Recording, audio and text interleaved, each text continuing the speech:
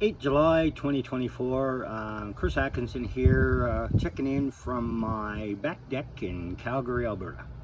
For those that don't know me, I spent 28 years as a field engineer, one of the administrators on this site, and I wanted to pop on and talk real quick about something that's been on my mind, and I want to share, get my point of view out anyway. So we talk about the new army and the way our soldiers look, the long hair and unbuttoned boots and stuff, but I want to jump back to one thing that's currently undergo in the military that I've heard from one of my former soldiers that you know, he's made his way up to chief warrant officer, and he's still riding her out 3 decades later. But he served under me and my generation of soldiers that at the start of our careers anyway, we didn't take enough time for ourselves. It was always mission first.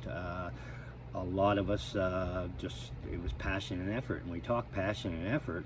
We were passionate about our job and we put the effort in, so you didn't take a knee. So one thing the military is doing now is they're allowing people to take a knee, take a pause from battle, operational, and get back into it. So we didn't do that for my time in the military. We also didn't document injuries and stuff. So everybody deals with Veterans Affairs Canada, and they're all worried that, well, Veterans Affairs Canada used to be worried that there were Canadian Forces injury reports, CF98s. So I want to let people know that I went through VAC after I got out of the military. I had 0 CF98s. I applied for what I thought were honest injuries for shoulders, feet, back. PTSD was one of them, but you know, that took its own path. But I wanted to let people know that without CF98s, you can still apply and get coverage for early onset of osteoarthritis, for example. So I'm not a doctor, I'm not trying to diagnose, but one of my passion and efforts thing is to let people know what benefits they have available.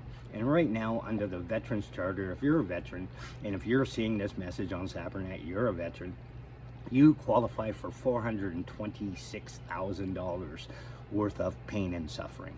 That gets broken down by percentage. So you hear guys fighting hearing claims, well, they're fighting for 2%. And hearing is a very hard one to win. So you're wasting your time. In Chris Atkinson's opinion, you get to 100% and over by feet, knees, back, shoulders. We all wore shitty gloves. We wore shitty boots. We slept on the ground. We drove APCs. We jumped. Some of the jumped out of airplanes. I only jumped out of trucks. But you get the gist of the wear and tear you put on your body. You qualify for claims, and there's $422,000 available. From that, there's also aids to how you're living with those injuries. It's called additional pain and suffering. That comes into 3 categories, roughly $500, $1,000, and $1,500 per month. If you need someone to seriously feed you and wipe your ass, you'd qualify for the $1,500. But if you're just get a pain and suffering award, which is any of those other injuries I talked about, you qualify right away for the additional pain and suffering, which is $500 and some odd a month. That's on top of your pension. What's cool about it now is if you were serving previously and you had an injury, you don't lose that, you don't lose your monthly. What transpires is any new claims that you put on, and you're entitled to put a claim on today through my VAC account and a very easily application. You submit those claims, and when it gets adjudicated and it's your turn, it gets backdated to today, but it gets assigned a percentage, and what you have left out of that $422,000 pot, I recommend you get in line and get some. Additionally, if your injuries preclude you, you can qualify for Veterans Independence Program, which gives you twice annually a grant for housekeeping and late maintenance, and that's individual specific based on the size of your house and what you square footage of your acreage or whatever. Anyway, sorry for the long video.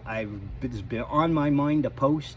If anybody has any questions, please send me a private message or comment on this. Let's be open. Let's take care of our wounded.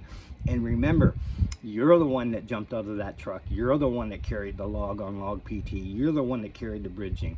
I could go on and on and on. Your injuries, your body, take care of yourself. Big love, Chimo. Fuck you, Jim Way. Ha ha.